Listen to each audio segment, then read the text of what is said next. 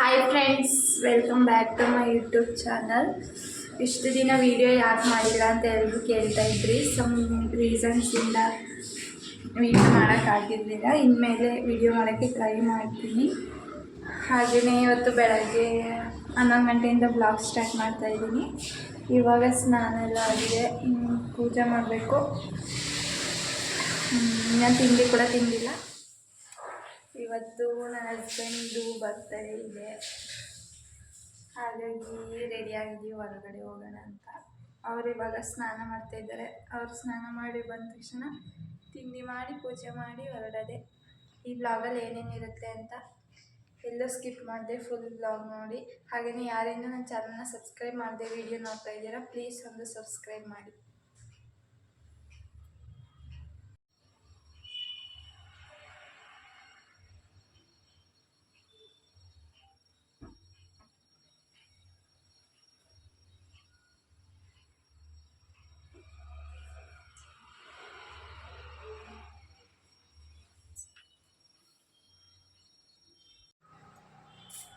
Happy birthday ಯಜಮಾನ್ರೆ. Thank you. ಇವಾಗ ready ಆಗಿದ್ದೀವಿ. ಇಷ್ಟ ತನಕ ಮಾಡಿದ್ದಾರೆ, ಇನ್ನೂ 12 ಗಂಟೆ ಆಗಿದೆ. ಟಿಫನ್ ಬೇರೆ ಮಾಡಿಲ್ಲ. ಇಷ್ಟ ತನಕ ರೆಡಿಯಾಗಿ ಬರ್ತ್ಡೇ ಬಾಯ್ ಆಗಿ ನಿಂತಿದ್ದಾರೆ. ನಾವು ಕೂಡ ರೆಡಿಯಾಗಿದ್ದೀವಿ. ಇವಾಗ ತಿಂಡಿ ರೆಡಿ ಇದೆ, ತಿಂಡಿ ಮಾಡಬೇಕು.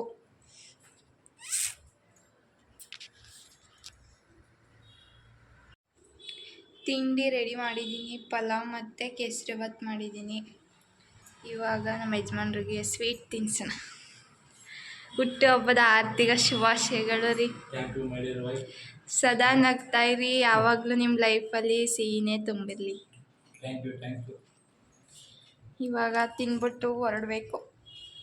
ಬಾಯ್.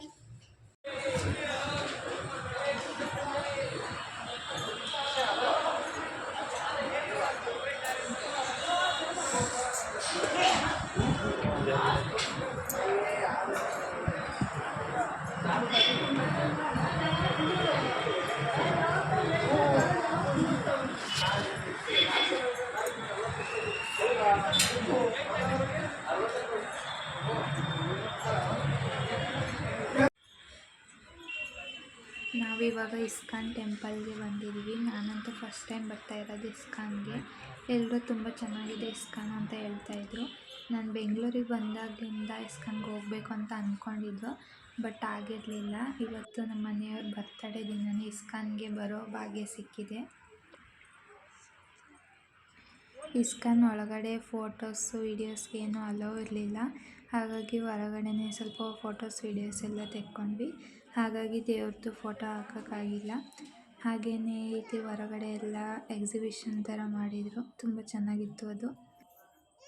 ಇದು ಏನು ಕಾನ್ಸೆಪ್ಟ್ ಅಂದರೆ, ಮನುಷ್ಯ ಹುಟ್ಟಿದಾಗಿಂದ ಸಾಯೋ ತನಕ ಯಾವ್ಯಾವ ಸ್ಟೇಜಲ್ಲಿ ಹೇಗಿರ್ತಾನೆ ಅನ್ನೋದನ್ನು ಕಾನ್ಸೆಪ್ಟ್ ತಗೊಂಡು ಮಾಡಿದ್ದಾರೆ. ಅದು ತುಂಬ ಚೆನ್ನಾಗಿತ್ತು.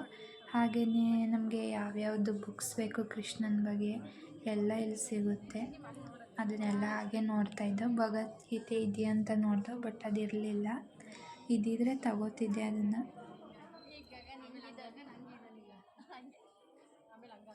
ಇಲ್ಲಿ ತುಂಬ ವೆರೈಟೀಸ್ ಬುಕ್ಸ್ ಇದ್ವು. ಹಾಗೆ ಎಲ್ಲ ಲ್ಯಾಂಗ್ವೇಜಲ್ಲೂ ಸಿಗ್ತಿತ್ತು. ಕನ್ನಡ, ಹಿಂದಿ, ಇಂಗ್ಲೀಷ್, ತಮಿಳು, ತೆಲುಗು ಎಲ್ಲ ಸಿಗ್ತಿತ್ತು. ಹಾಗೆಯೇ ಡ್ರಾಯಿಂಗ್ ಬುಕ್ಕು ಮಕ್ಕಳಿಗೆ, ಹಾಗೆಯೇ ಕೃಷ್ಣನ ವಿಗ್ರಹಗಳು ಎಲ್ಲ ತುಂಬ ಚೆನ್ನಾಗಿತ್ತು. ಇಲ್ಲಿ ಫೋಟೋ ಅಲೌಡ್ ಇಲ್ಲ ಅಂತ ಹೇಳ್ತಾಯಿದ್ರು. ಆದರೂ ಅವ್ರಿಗೆ ಗೊತ್ತಾಗ್ದಾಗೆ ವಿಡಿಯೋ ಮಾಡ್ಕೊಂಡಿದ್ದೀನಿ, ಸ್ವಲ್ಪ ತೋರಿಸೋಣ ಅಂತ. ನಾವು ಯಾವುದನ್ನು ಪರ್ಚೇಸ್ ಏನು ಮಾಡಲಿಲ್ಲ.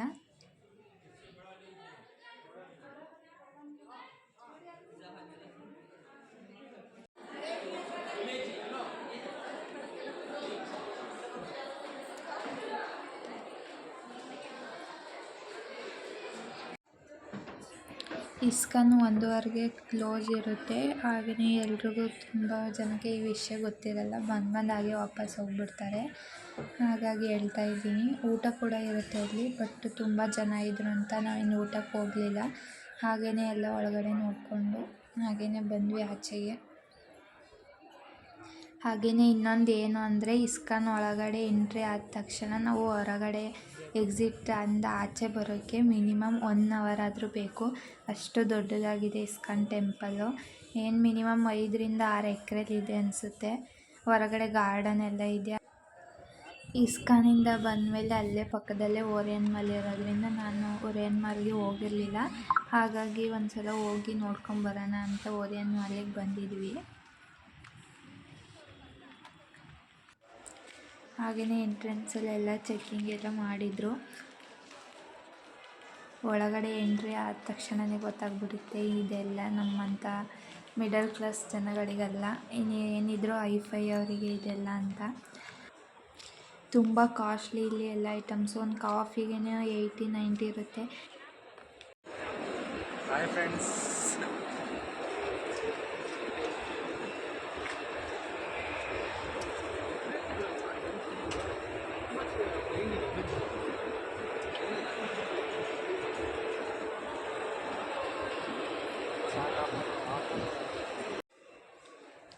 ನಾವು ಮಾತ್ರ ಒಂದು ಐಟಮ್ಸ್ನ ಕೂಡ ಪರ್ಚೇಸ್ ಮಾಡಿಲ್ಲ, ಹಾಗೆ ನೋಡೋಕ್ಕೂ ಸಹ ಹೋಗಿಲ್ಲ.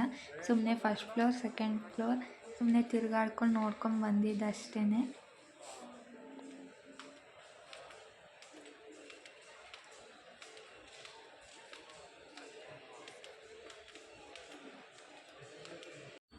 ಅಲ್ಲೆಲ್ಲ ನೋಡಿಕೊಂಡು ಹೋಟೆಲಿಗೆ ಬಂದ್ವಿ. ಹೋಟೆಲಲ್ಲಿ ಇವತ್ತು ನಾನ್ ವೆಜ್ಜು, ಹಾಗಾಗಿ ಅವರು ಮಟನ್ ಮತ್ತು ರೈಸ್ ತೊಗೊಂಡಿದ್ರು. ನಾನು ವೆಜ್ ಫ್ರೈಡ್ ರೈಸ್ ತೊಗೊಂಡಿದ್ದೆ. ಊಟ ಮುಗಿಸ್ಕೊಂಡು ಮನೆಗೆ ಹೋದ್ವಿ.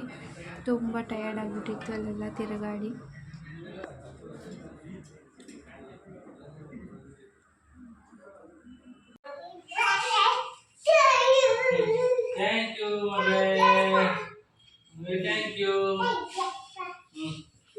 ಕಿಸ್ಕೊಡಂದ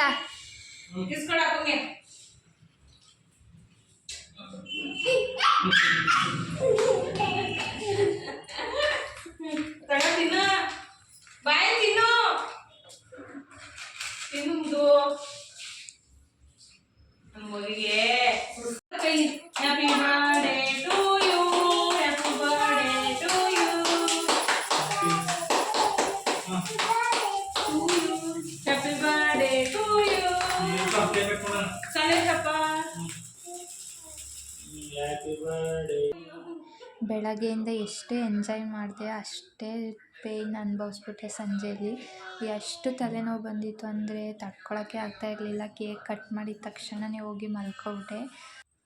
ಹಾಗಾಗಿ ವಿಡಿಯೋ ಕೂಡ ಎಂಡ್ ಮಾಡೋಕ್ಕಾಗಿರಲಿಲ್ಲ. ಈ ವಿಡಿಯೋ ನಿಮಗೆ ಇಷ್ಟ ಆದರೆ ಪ್ಲೀಸ್ ಲೈಕ್, ಶೇರ್, ಕಮೆಂಟ್ ಆಗಿ ಕೀರ್ತು ಕನ್ನಡ ವ್ಲಾಗ್ಸ್ನ ಸಬ್ಸ್ಕ್ರೈಬ್ ಮಾಡಿ. ಫುಲ್ ವಿಡಿಯೋ ನೋಡಿ ಸಪೋರ್ಟ್ ಮಾಡಿ.